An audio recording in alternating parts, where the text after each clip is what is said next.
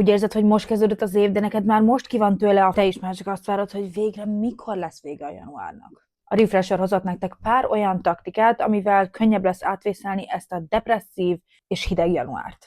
Idén is túlestünk a Blue Monday szenvedésén, hogyha erről szeretnél többet olvasni, akkor azt itt találod. És teljesen érthető, hogyha motiválatlannak vagy haszontalanabbnak érzed magad attól, hogy kevesebb dolgot csinálsz. Rövidebbek a napok, korábban sötétedik, így kevesebb dolgot tudsz belepréselni egy napodba, ráadásul ebben az időben elég limitált a programok száma is. Elmondom neked, hogy miket ne csinálj ebben az időszakban. Ne legyenek óriási elvárásaid magadtól az év legelején. Ne gondold, hogy ha január 1-én nem jött be az új év új én, akkor már a fogadalmaidat soha nem fogod teljesíteni.